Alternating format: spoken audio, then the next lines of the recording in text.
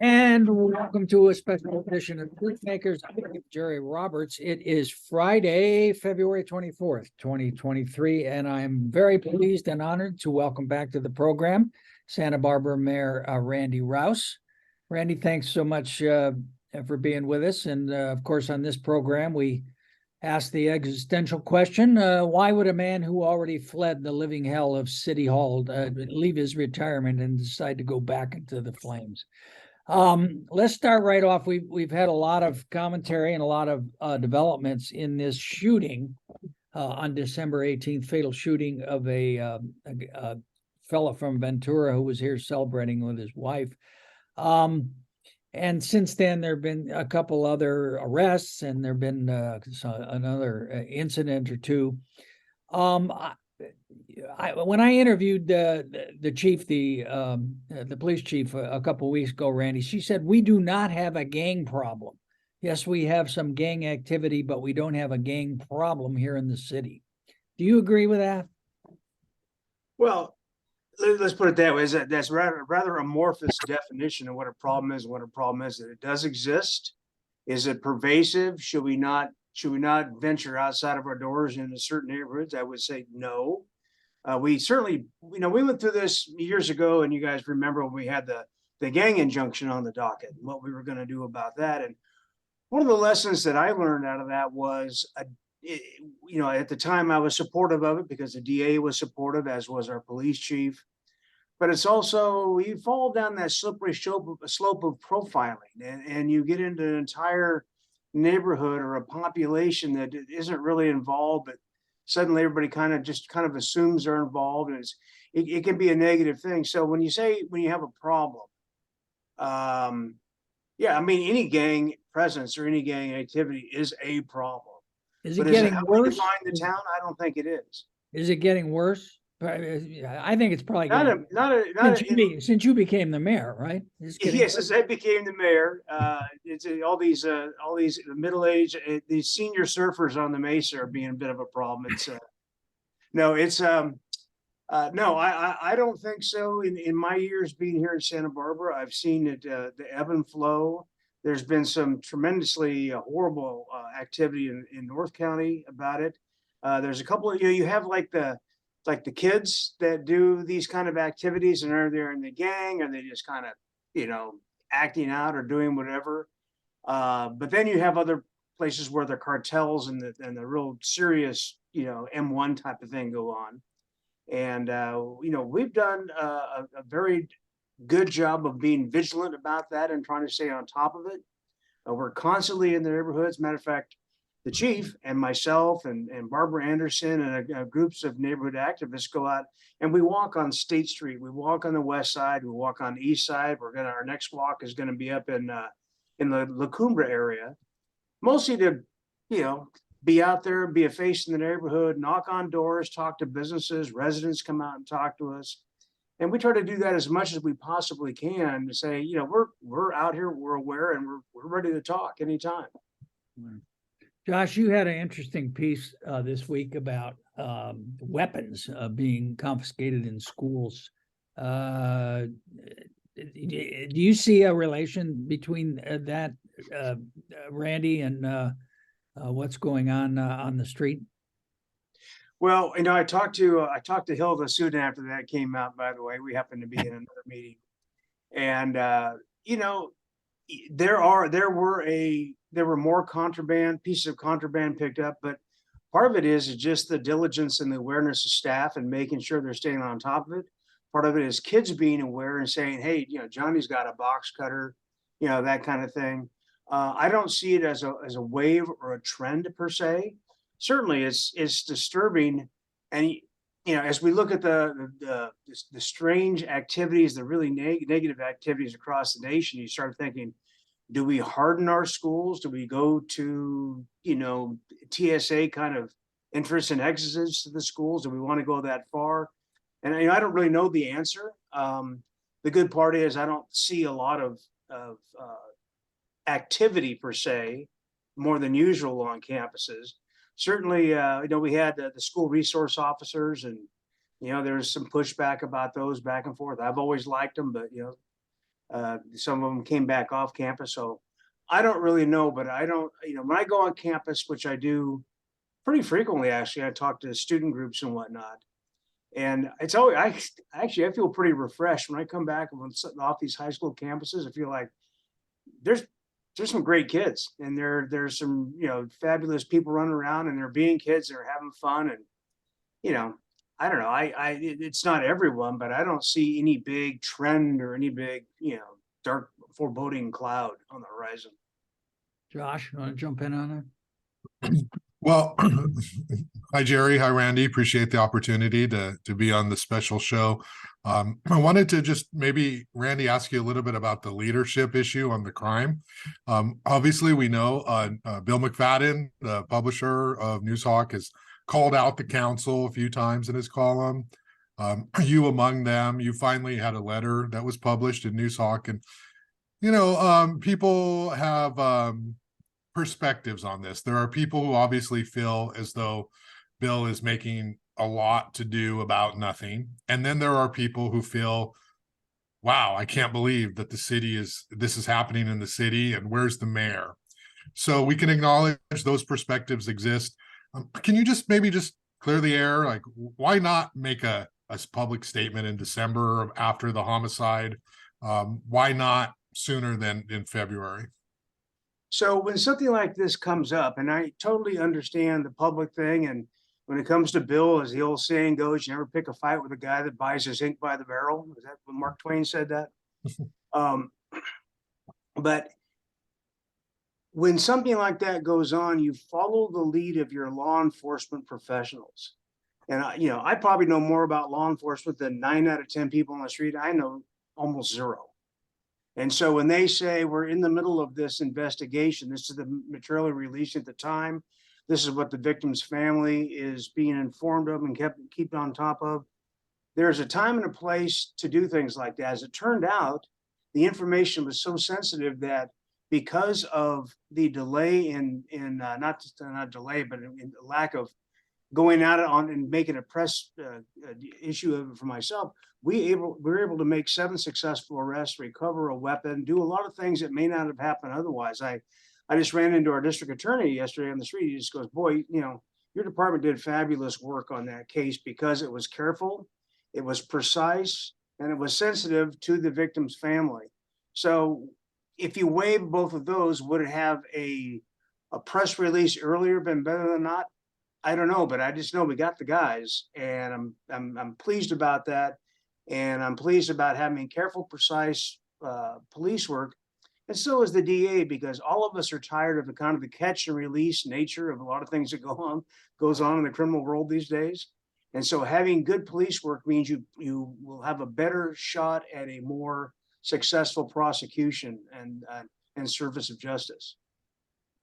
Is there some halfway, Randy? Is there some way to honor what the police department wants, but also, as mayor, say something? Because there are certainly people who say, you don't have to tell us everything you know, but we see politicians do this all the time. They put out a statement. There may not be a lot there, but the fact that they did something shows that they care. In retrospect, would you say that there could have been a halfway on your part to just sort of let people know, hey, we care about this? There might have been, but I also our PIO put something out from the city. It wasn't me personally that put it out. No. I mean, there's a point to that, Josh. You're not completely wrong on that. But once again, I don't want to get out ahead, nor do I want to seem evasive when somebody like a Josh Molina asks me a follow-up question on something I mentioned in the press. Because I'll have to say, with internal personnel things, something like this, there's a sensitivity and the rights of those other people that are out there that need to be respected. So, but yeah, I mean, there might have been a halfway thing. When I put out that statement that I did put out, it was on the time that I felt the most appropriate to say something. And I wasn't going to battle Bill about it. He and I had, we disagreed on how that went down. But I think that at the end of the day, the best result happened. You know, my take on this has been, you know, A, let's get the bad guys, and B, you know, let's do right by the poor family of the victim. Have you spoken with his family, Mr. Gutierrez's family? No, I have not. I'm not in contact with them. They're down south, and I know that our PD has been in contact with them a lot.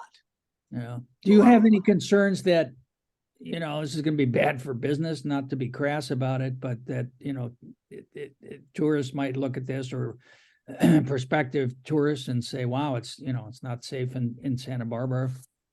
No, I really, I mean, certainly that would be a concern. And as you know, I've been critical of the media before when they keep trying to pound on saying, oh, you know, State Street is like the next version of Calcutta, or, you know, and pounding the negative thing. But this was a real crime that happened to a real person in a place, and it was horrible. There's no getting around it. My thought did not go to how it was going to affect tourism at all. The other side of the coin is getting out ahead of a story before before that cake is totally baked, I think is dangerous as well. But you know, the tourism thing is priority wise comes far after getting out, getting it right, and getting the public informed that in fact we're on top of the situation. All right. All right. Let's switch gears and talk a little housing. Josh, what do you got? Thank you. I wanted to just sort of go back to the issue we talked about on our show, Randy, when we talked about. And no plugs for your show on my. Okay. Okay. Let's go back to our last conversation, Randy. Or electronic conversation. Let's talk La Cumbre Plaza, specific plan. I've spilled a lot of ink on that, and I've said a lot in other platforms, Jerry, and this one. What is going on with that? Has the city given up its sort of plan to do a specific plan for La Cumbre Plaza? Is the Taylor project going to be separate? Is there a way to bring the two together? And just by way of background, we're talking about building, 2,000 units of housing, potentially cohesively with all the partners together, the schools, traffic, environmental concerns, circulation, infrastructure. That's what the city wants to do. But there's a project that happened that was submitted, and then there was a denial of $1.1 million in funding for the city to start on a specific plan. So can you tell us where we're at with that? That's a great question, Josh. So the morning of that, the hearing, the bad day at Black Rock, or whatever you want to call my performance at the SB CAG meeting, where we didn't get the $1.1 million in funding for this. That was the morning we actually first saw the project. They actually dropped off their application that morning on the way to Santa Maria. And, there's a lot of talk, Senate Bill 330 is part of the acceleration of the buy right housing, or whatever you want to say a developer can do to execute housing at their own speed and pace, and blah blah blah, and then try to circumvent a lot of things. So we're going to be going back and forth with our land use attorneys about that and exactly what's going to be. The sad thing for me was this. You looked at the school district was out there. The neighbors were out there. That's not too far away from Chick-fil-A, which was a bit of a kerfuffle for a few cars backing up onto the street. So, and by doing a specific plan, you had tied in the entire lot, not just the part where Macy's is, and you got the part in the middle where the retail is, and then you got the Sears portion with the Ripperetti family on the other end. So we could have really dealt with it in a way that talked about the entire lineup. So the idea about timing was that was a false narrative, and that was really unfortunate that it came out that way, because I think it's been pretty well shown that really didn't have any legs. And what's the real purpose of delaying this project? Well, we're not trying to delay the project. Santa Barbara is under the gun to produce housing under the RHNA number, so we want to see something go forward, but we don't want to see just anything go forward. The height limit thing is going to be a bit of controversy. We're not sure where that's going to land. I've seen one conceptual mock-up of this thing, and I haven't seen any other plans besides that. So Not really sure, but I got to tell you, the school districts and the surrounding neighborhoods were pretty concerned, and I don't think that was the best foot to put forward in terms of your public. If you know, if local public opinion means anything, and it should in these cases, I don't think that was the right way to go off. And So, I don't know if you're going to bite here, Randy. Sorry, Jerry, just one more question, then I'll hand it over to you. I don't know if you're going to bite here, but I watched the meeting, you know, and it felt as though there was something going on in that room that the public didn't know about, because as we know, Supervisor Williams chose that moment to criticize planners, to criticize design review boards. And I just would like to note, because people don't have a long memory in this town, Doss Williams has been in office for 20 years and started at the city council. It was odd. And, you know, you kind of took the brunt of that. If you're looking at it politically, like, he positioned himself in a way that was superior politically to the mayor. And I'm just wondering, can you comment on that? And why do you think there was such intensity to stop the specific plan and promote the Taylor project in that moment? Well, I can make a lot of assumptions on why, and I can extrapolate a lot, and that may not be fair for a lot of reasons, because that's mostly anecdotal. But I will say this, is that, you know, when Doss was in assembly, he also voted to end the RDA, and the RDA was our funding stream for affordable housing, at least part of it back in those days. And he said himself on your show that he thought about life one way, and now he saw the data and decided this was the other way to go. And kind of getting whiplash going back and forth with what all that is supposed to mean. But it really was super unfair to throw our design review boards and our staff under the bus. I don't know if you saw Sheila Lodge's response to Dawson in the publication, but I'm sure you did. Yeah. And I wish I'd had Sheila's words that day that I was at SB CAG. I was really kind of, the whole thing got dumped in my lap about 18 hours beforehand. That was the first I'd even heard this was coming up. And so I was not as prepared as I should have been, but I think that train had left the station before before I was led onto the railroad. So it was pretty unfortunate. Politically, I don't, whatever. But in terms of going forward with the project, that's going to be a many tens, decades, hundreds of years project. It's going to affect Santa Barbara. You need to have the public on board. You just can't ram it down their throats. And right now, you've got a public, it feels like this getting rammed down their throats. And that was unfortunate. And I think it was a real miscalculation. yeah, well, of course, there's the precedent of ramming the cannabis down our throats. So, we maybe that MO transfers over. So just to be clear, is the specific plan still on the table or not?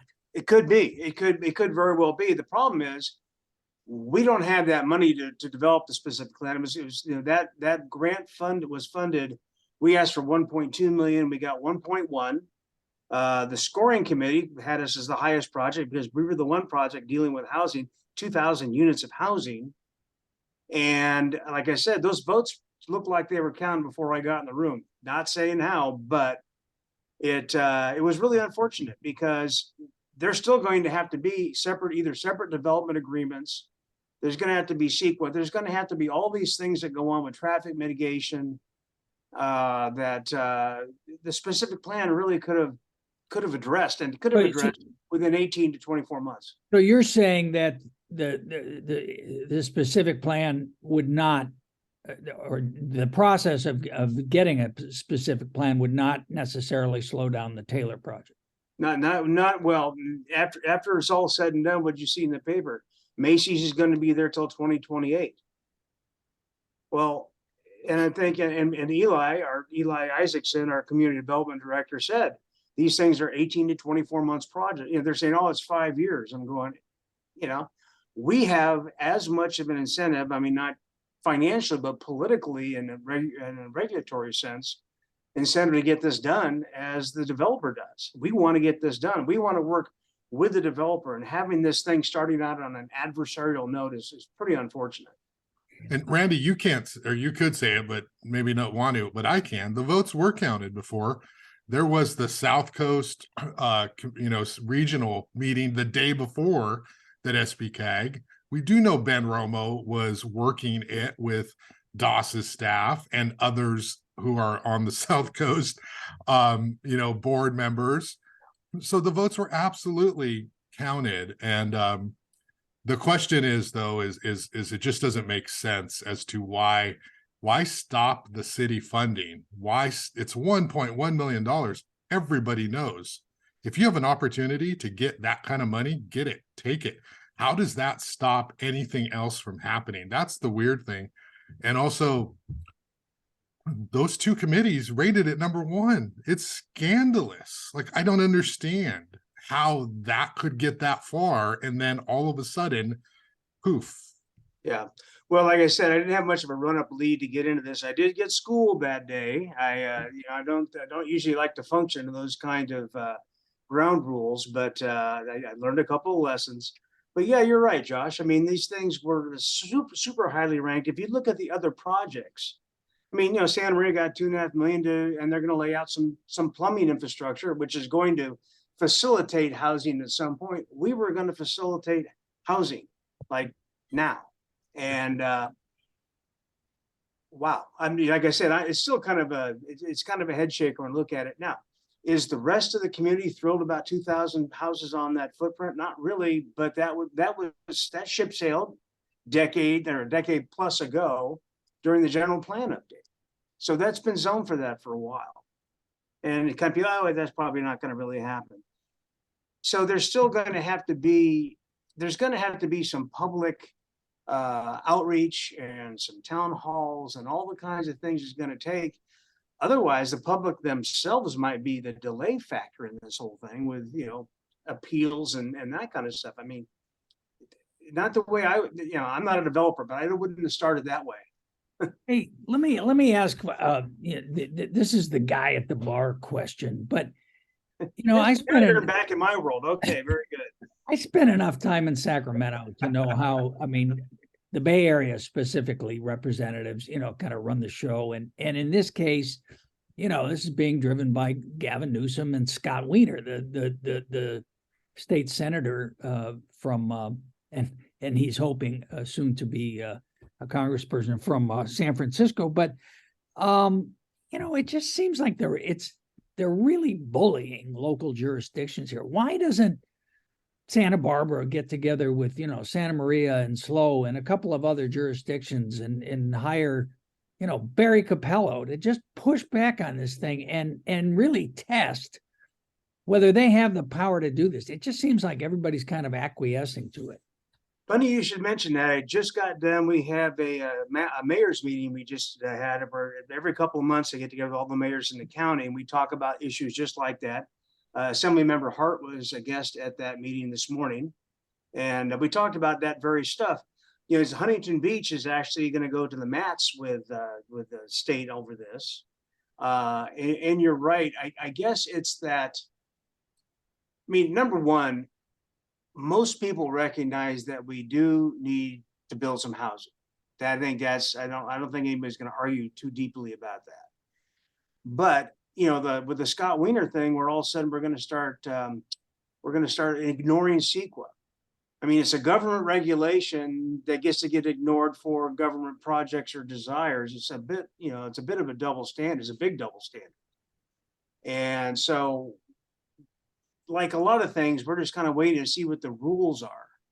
The old Pirates of the Caribbean, they're not really rules, they're more like guidelines. That's what it feels like right now.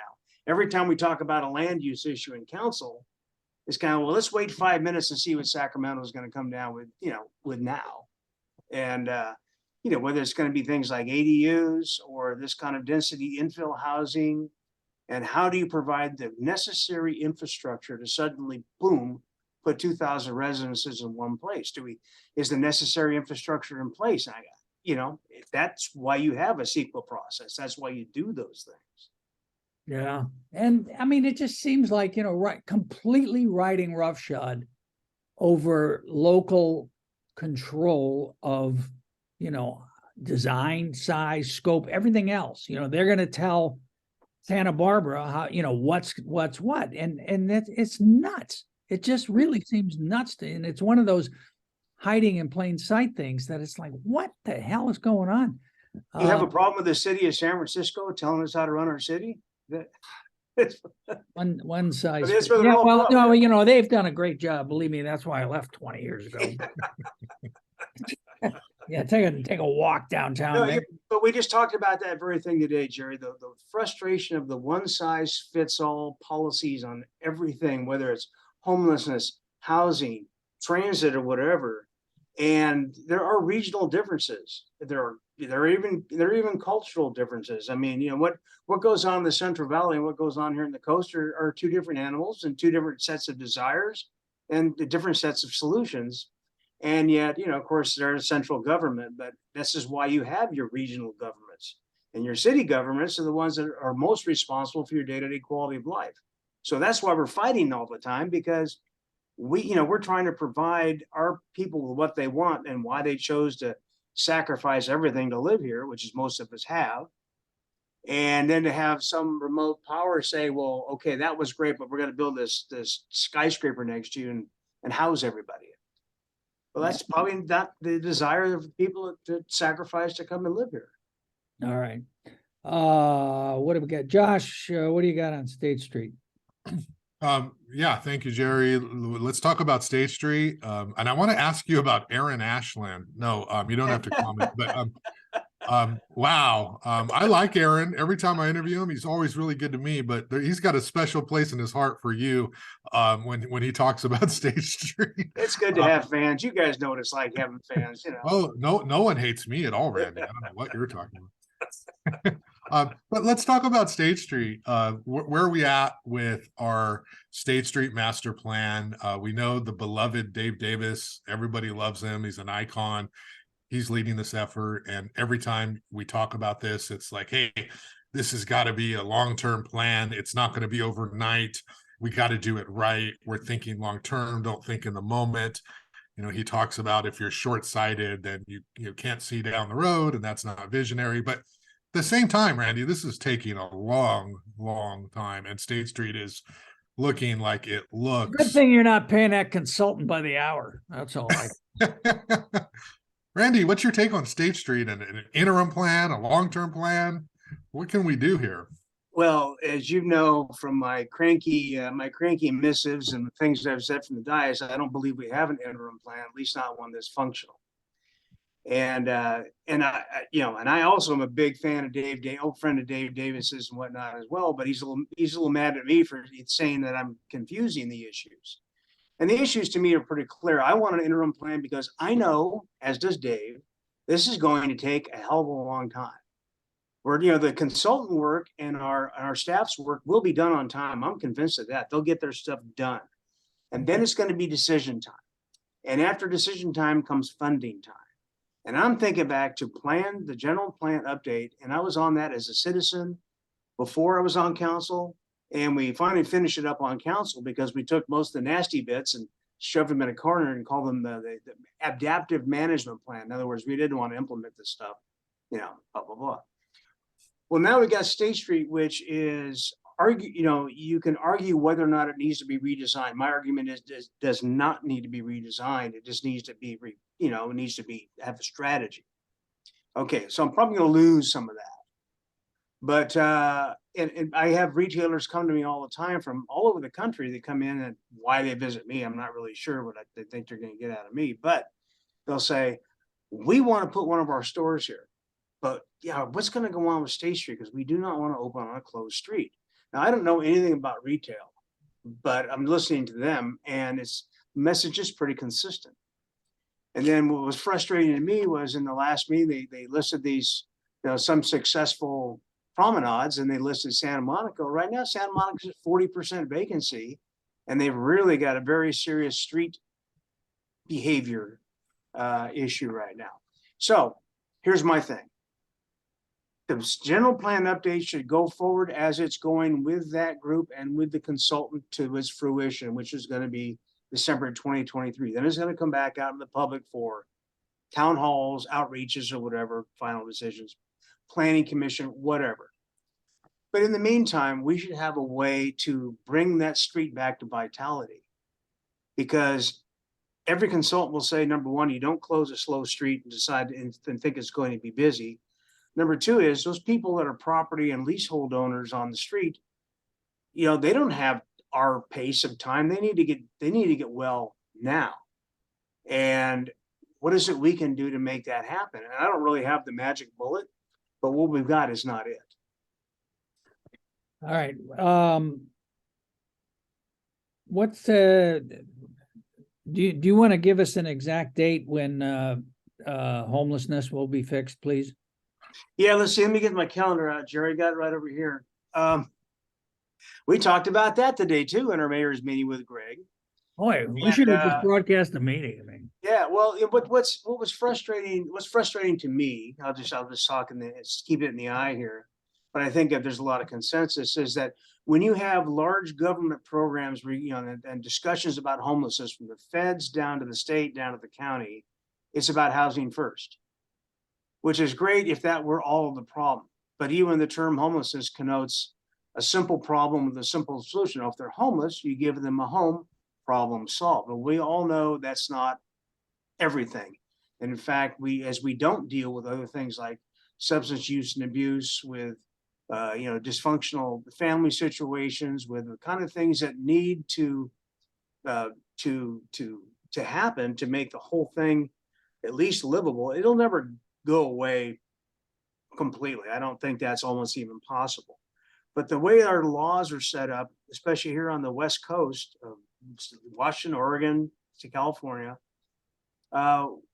we really have to do a very, very permissive process to do anything. We want to respect people's rights.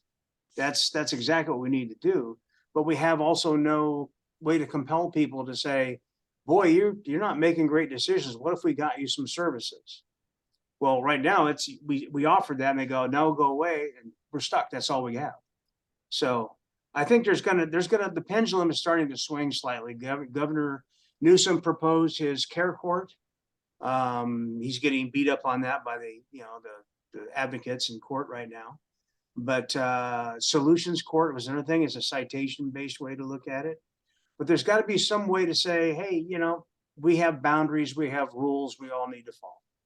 yeah. If you can't follow them, then we got to do something else. Boy, you know, I think you're really onto something there. I think, you know, you could begin to cure homelessness by stop calling it homelessness, because you're right. It does. It totally implies, oh, it's a housing issue. It's not a housing issue. Yeah, it's partly a housing issue, but I would say a small part of it. It really is mental health and our failure as a society to deal with mentally ill people, particularly on the streets, and an addiction problem, which is getting worse. And I just, you know, there's rooting interest on, you know, making it a housing problem because a lot of people get paid behind that. But I think you're right on that. I would I'll go with my you talked about my most favorite word in your last show. I'll talk to you about my least favorite word, and that's crisis, because it's the most overused word in the English language these days. Everything's a crisis. But in fact, in terms of, you know, drugs and addiction, there is a very real palpable crisis. We're losing hundreds of thousands of people a year to that. And we're also losing our kids at a very early age to the prison of addiction. I mean, and people don't realize it until you try to get sober. And we all know somebody who either is or was or is an addict and can manage it and is successful, but that's not the lion's share of what goes on out there. But it's starting so early. It's really sad. You see that 18-year-old out there that's baked, and you kind of go, 8 years ago, that guy was in the 4th grade.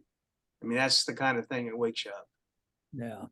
Hey, Nick had an interesting story about this last week, but I didn't know. Why is Santa Barbara one of the only counties that doesn't allow cops 5150s? The authority. Oh yeah, well, part of it is the lack of what I was told anyway is the lack of treatment beds for our population. That was when. So I guess right now we're in kind of a trial period, but it's just the county that it's not for SBPD.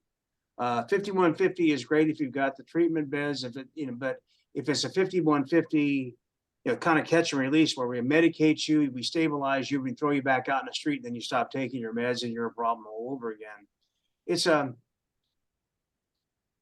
Sheriff Brown talked about this one time. Sometimes that initial incarceration, that's always a bad word these days, but that's the first step for somebody to changing things and turning things around. And the fact that we don't want to even talk about incarceration or holding anybody right now is bad. So the 5150 trial period, or whatever, however long that's going to be, will be interesting to see. But we do need treatment beds. I mean, that's one, we need treatment beds, and we need bridge housing as well. Yeah. Josh, will you ask about the Paseo Nuevo? Because I don't understand it. Yes, no problem. I reported, I don't know, a couple months ago that, hey, the bank, they took back Paseo Nuevo because the owners weren't able to make their payments, and now the bank's trying to get somebody to buy it. But the issue with my commercial real estate brokers is that for anyone to make that kind of investment to purchase the mall, they're going to want an extension of the lease. And the city may or may not want to do that. I've talked to Jason Harris, and Jason is the nicest person, that you're ever going to meet. However, I have a hard time understanding exactly, how he articulates the direction of Paseo Nuevo. And I don't mean that disparagingly. I still don't understand what the city's role is in trying to save that mall or convert that mall or do something with it. So can you talk about where are we at? The mall is this huge piece of downtown, and commercial real estate brokers tell me, hey, we're never going to fix State Street until we fix Paseo Nuevo. So no, I think they're not mutually exclusive, but I do think that once the Paseo Nuevo is redeveloped, it's going to be like the light switch that turns on the downtown. I think it's a big deal. So yes, you're right. The thing went into default, and there's like 42 years or whatever left on the ground lease. And I don't think this is a big secret. So if it is, I'm blowing it right now. But the city has, under their charter, the city cannot put a lease that's any longer than 50 years. So we could say, well, we'll give you an option. Well, nobody's going to put $200 million into something for an option, right, to go. So we're working on ways that maybe that can be worked out. And that's way above my pay grade. But I have had people from around the country who have come in and said, we'd like to do something like, and in this very loose terms would be something like housing up above and, retail, interactive, public things down below. And I always think about, I guess, like the Grove or whatever down south. I mean, where you see these, these little villages built up basically, but of housing and interactive. And everybody seems to be thinking that language. So I think that we will get housing there. I don't know what level of housing we're going to get. We'll get other things, but something does need to happen. You're right, because right now it's a ghost town, and because the two big anchors are empty at the moment. And there's something going on. The Nordstrom property is separate from the Macy's and the rest of the mall. So, and there's so much in the way of rumor and thing going on right now. I almost hate to say anything about it, but the city. Feel free. Yeah, we're all off the record here, right? No, it's nobody watches this show. Don't worry about it. My wife's giving me a hard time. She'll watch it, but it's we are working towards it as quickly as we can, but we need, whatever happens there is going to happen for a long, long, long time. So we got to make sure we get it right. But there are interested parties in doing something with the Paseo Nuevo, but it's not going to be just a shopping mall like it is now. It's going to be a mixed use development, at least as far as I can tell right now. And is that happening independent of the Dave Davis? Yes. Okay. I mean, it does, it kind of dovetails in, and who knows, I shouldn't just say yes, but I mean, that's not part of their scope in terms of that. But, as Dave said, this is a big full city process. I mean, everybody just talks about those few blocks. That's the spine of downtown. That's the spine of Santa Barbara. So whatever we do down there, eventually it really does affect the flavor of the entire town. So Dave's right. We can't rush into it. We got to get it right. It's not going to be about picking umbrella colors. Yeah, traffic and circulation is going to be important. I don't know if it's the most important thing. Getting those buildings full over there is the important thing in my mind, getting the vitality back. And whatever it takes to bring people back down is what I'm into. But, right now, I mean, yeah, the restaurants have they've done reasonably well with the parklets, and that business gets tougher every year. I can't tell you that I'm missing what I used to do. It gets tougher every year. But what can we justify? Because we closed down the street to save those restaurants, and that worked, and that was the right thing to do. But now the street's still closed, and the emergency is quote unquote over because you can sit back inside and eat. So can we still justify what we're doing? I would like to see outdoor dining, and I would like to see us have clear, broad sidewalks like we had in the original plan, and allow as much outdoor dining on those sidewalks as possible. And the street can be purposed for whether it's traffic, trolleys, or whatever. That's my little thing, but nobody ever asked me. Holiday parade. Randy, we need the Well, holiday I parade. do want the parades back. I think Fiesta, Fiesta is 98 years old. I think that the Christmas parade, I was with Santa up at the Arlington at the Christmas parade, and we got a fair amount of people that came to that, but it was still kind of weird and empty on the rest of the street. Like, what do we do? And I know that when I ride in those parades, you look up and you see architecture in a way you don't normally see it, and it's pretty spectacular. Everybody's in their balconies, and you really are in a very special place. And I think we're missing that. I really do. All right, Randy, you've been generous with your time. Just a couple other quick things I want to ask. Are you going to run for re-election? Here? Oh, yeah, that's my plan. I mean, I never think that far in the future. And matter of fact, the idea of this, I actually like this job. I like the work. I like the work I did in council. Running for office, so I mean, campaign is not for a normal human being. That's a strange thing to have to do. So, but yeah, it's a necessary thing to do. So yeah, my plan is to do that. All right, good. How would you assess the job? I guess she's not quite new anymore. Our new city administrator, Rebecca Bjork, is doing. She's doing great. It's such a weird time. I mean, Rebecca is, fabulous, and she'd probably be happier tweaking knobs down there at Public Works or in the water treatment plant. She's kind of a tech geek along those lines, but she's tackled this thing. She knows the departments really well. She's super, super involved and sincere about what she's doing, works really, really, really hard. The hard thing is, like all businesses around us, everybody's having trouble with staffing. And then with the national dialogue, we're all having trouble getting the number of police that we need. We're still quite short in our police department, as you know. That's not unusual for all around the country right now.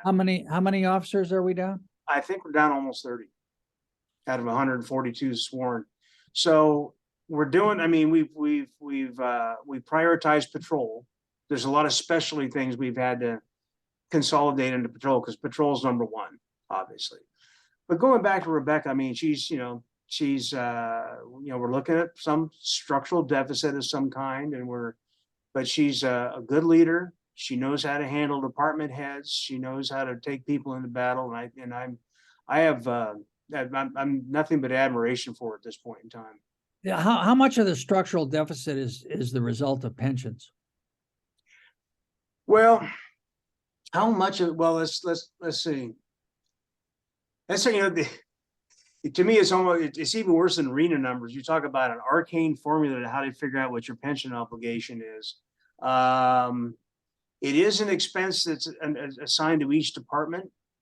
I don't know, because the deficit, the pension obligations are like $300 million, but they're actuarial extended out for the next 30 years. So we pay into what each category takes every year, and we're fine with it. We actually put some away in our 115 trust this year, as you might have seen at the last close of the last budget session. So we're trying to pay down the principal.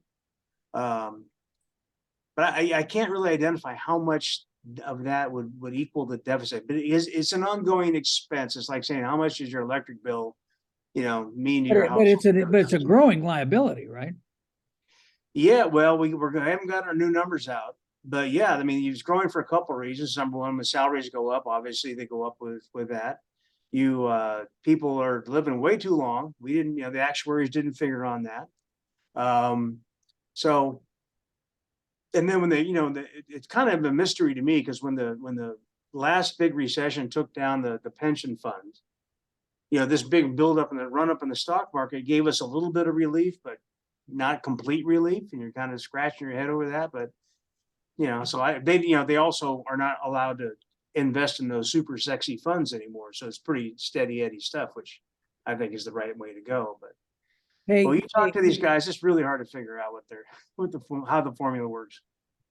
Speaking of people living longer, Randy, I don't know if you read Josh's business column this morning, but apparently the mattress industry is booming in Santa Barbara. We got Mike's Mattress, and now there's a new place that's going to open up where what was the name of that? Saigon and La Salsa. Yeah, it was. Of course, Sleep Number bed is there. And my theory, Randy, and tell me if you agree with this, is that as the people live longer and the population of Santa Barbara grows older, more and more married couples are sleeping in separate rooms for various reasons, and therefore we need more mattresses. So maybe when you talk to the State Street Development Committee, we really ought to take a hard look at the mattress industry. That's free advice from me today. Or invest in CPAP machines so nobody snores and keeps their partner awake. Yeah, that too. There's out the back door. Josh, what else you got? We gotta go. You got anything else? I don't want to wedge this in at the end, but I guess real quickly, Guerra Plaza, HLC recently met. They're still trying to figure out what to do there. Grass, restore, water features, all of that. That's your front yard. That's what you look out at every day. You have any thoughts on what Guerra Plaza should be? Yeah, mine's really, really simple. I just, number one, I do want hardscape. I want something that, because the grass we kill about 5 times a year and then have to fence it off. And you can't use it. We're not supposed to water it, blah, blah, blah, blah. So I think the hardscape design was good. I'm a little bit worried about the lack of vehicle access for the businesses that are along that side of the plaza. Water features are always no names. Well, what do we do with water features? We turn them off for optics, and then we stick little agave plants and all the little fountains and whatnot. So everybody's telling me, no, this will be a really great thing. I'm like, okay, I just wanted the biggest, widest open space, and I'll get back to my favorite word, programmable, as possible. So that the more activities could be used. They're plumbing, tons of utilities, and have things that people can have festivals and do all the things they need to do. But it's hard when you start designing stuff. You get all kind of hung up in your designing stuff, and next thing you know, you overbuilt, and then you put King Carlos in and you rip King Carlos out, and you put the fountain in, you rip the fountain out. I mean, how many of those we done over the years? So all right. So Randy, on a scale of 1 to 10, how big of a pain in the ass is Megan Harmon for you? Well, I think she's gonna probably watch this, so I'd give her about 11. All right, Mayor Randy Rowse, thank you so much for joining us for Ask the Mayor, a special edition of Newsmakers. Thanks to Josh Molina, who runs that other podcast in town. And thank you all for watching. We will see you next time on Newsmakers.